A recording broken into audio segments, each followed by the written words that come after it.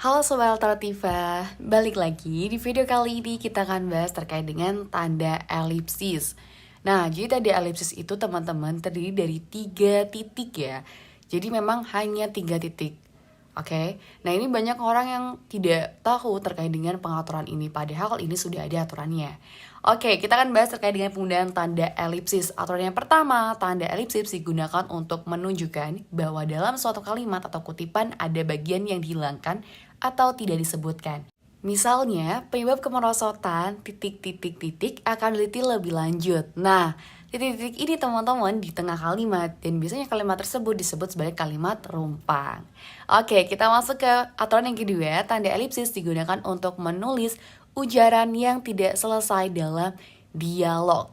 Misalnya, menurut saya, titik-titik-titik, seperti titik. Apakah lebih baik, Bu? Nah, kalau teman-teman ngeh di sini, ini ada kata apakah yang diawali dengan huruf kapital dan titiknya pun ada 4.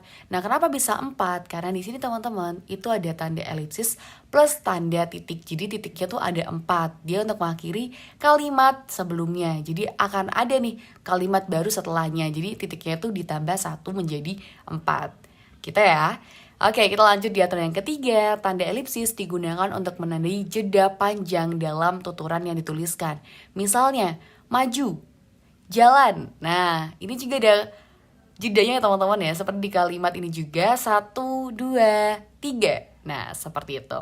Oke, kita lanjut di aturan yang keempat. Tanda elipsis di akhir kalimat diikuti dengan tanda baca akhir kalimat berupa tanda titik, tanda tanya, atau tanda seru.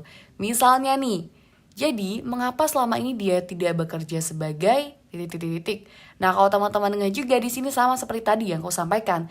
Tanda tanya teman-teman itu dia posisinya bisa menggantikan tanda titik di akhir suatu kalimat. Jadi ketika sudah ada tanda tanya, tidak perlu lagi nih menambahkan tanda titik. Begitupun dengan tanda seru. Ketika sudah ada tanda seru, tidak perlu menggunakan tanda titik lagi. Jadi titiknya cukup 3 ditambah tanda tanya atau tanda seru.